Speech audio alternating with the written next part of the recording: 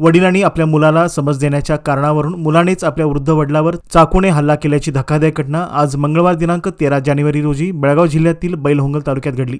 या हल्ल्यात वडील बसय्या येणगीमठ वय 62 हे गंभीर जखमी झाले असून त्यांना तातडीने बेळगावातील बेम्स रुग्णालयात दाखल करण्यात आले आहे। पोलिसांनी दिलेल्या माहितीनुसार बसय्या येणगीमठ यांची दोन्ही मुले त्यांच्या घराशेजारीच वास्तव्यास आहेत। दरम्यान आपल्या नातवंडांना खेळवण्याच्या मुद्द्यावरून वडील आणि त्यांचा मुलगा विजय येणगीमठ यांच्यात सुरुवातीला शाब्दिक वाद झाला। यावेळी माझ्या मुलांना भावाच्या घरी घेऊन जाऊ नका असा आक्षेप त्यांचा मुलगा विजयने घेतला। या वर्तनावर वडील बसय्या यांनी मुलाला समज दिली, मात्र यामुळे संतप्त झालेल्या विजयने रागाच्या भरात चाकूने आपल्याच वडिलावर वार करून त्यांना गंभीर जखमी केले, असे पोलिसांनी सांगितले आहे। घटनेची माहिती मिळताच बैलहोंगल पोलिसांनी तात्काळ घटनास्थळी भेट देऊन याची पाहणी केली। या प्रकरणी गुन्हा दाखल करण्यात आला असून पुढील तपास सुरू आहे।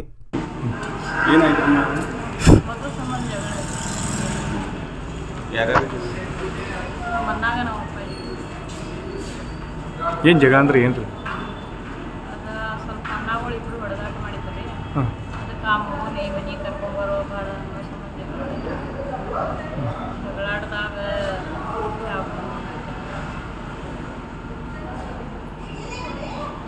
ಯಾವಾಗಿದ್ದು ಇಂದು ರಾತ್ರಿ